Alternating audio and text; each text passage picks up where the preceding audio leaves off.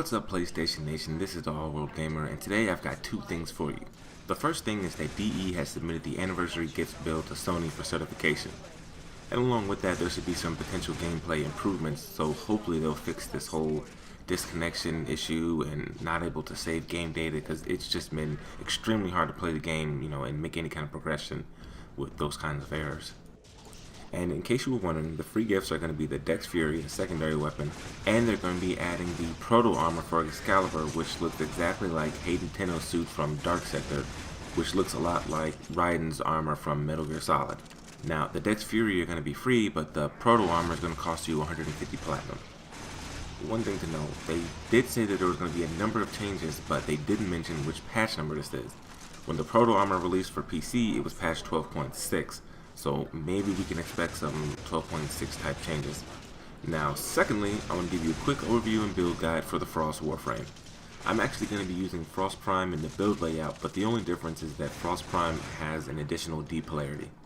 You can get Frost parts by killing Lieutenant Lech Krill on Extra Series, and you can find Frost Prime's parts scattered throughout the void, and I'll add a link to the description below, which shows where all those parts can be found.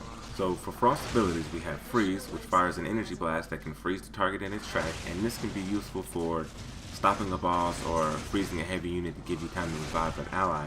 We have Ice Wave, which sends an icy wave of razor-sharp ice crystals towards the enemy, dealing heavy damage. And then we've got Snow Globe, which is probably Frost's most important ability, and we're going to cover that in greater detail here in a minute. Frost's last ability is Avalanche, which instantly freezes and shatters all enemies within its radius. Now, Frost abilities do some okay damage, but he's mostly known for his utility, which is centered around his ability Snow Globe. Up to this point, Snow Globe has been overhauled twice. It used to be that if you wanted to maximize your Snow Globe, you could just go for duration mods and range mods depending on how large you wanted it to be. As of late, when you initially cast Snow Globe, it has 4 seconds of immunity. Beyond that, it acts like Iron Skin, so it actually has health.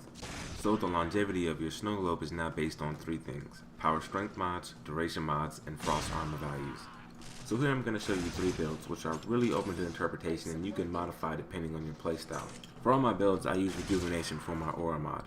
Again, feel free to use whatever works best for you, Forma if you want to use something different. But this is a basic all-around build. I include most of the abilities: Avalanche, Snow Globe, Ice Wave, and you can use Freeze if you want. I'm going to add a Steel Fiber and Intensify to increase the Snow Globe's health. A maxed out Steel Fiber will increase your Snow Globe's health by about 2200, so if you can, take that all the way to the top. I'm going to add Streamline for efficiency, Constitution for duration, Flow to double our energy capacity, and a Stretch to increase the range. This build here will give your Snow Globe a duration of about 38 seconds, some moderate health, and will be of decent size. This next build here is geared more towards high-end late-game defense. I went ahead and dropped Avalanche because you're not going to be focusing on doing a whole lot of damage. I added Freeze for the CC, Fleeting Expertise for efficiency and to counteract our Blind Rage. Blind Rage is going to give us a huge boost to the health of our Snow Globe, and a Narrow Minded to counteract the Fleeting Expertise and increase our power duration. If you notice I dropped the Flow, I think you're going to have plenty of energy since you'll only be focusing on using your Snow Globe. It's this build here that's going to give you the maximum health for your Snow Globe. So the further that you want to go in these late game defenses, the more you're going to have to invest into this build. This build will give you a Snow Globe that's slightly larger than the one that I showed you before, and it'll last for about 36 seconds. This last build is my ridiculously large Snow Globe build, and it was pretty useful when Infested were still around more.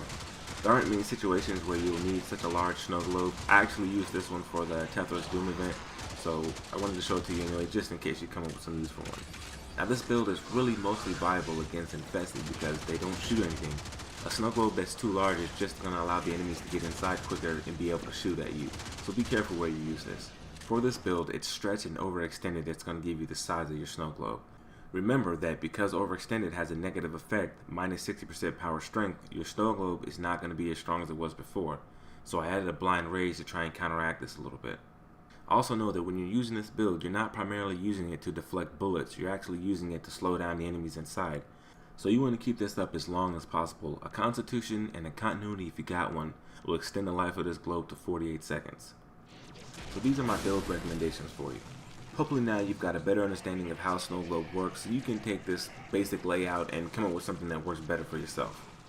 As always, thanks for watching. Please remember to like, comment, and subscribe, because I will be back with more Warframe.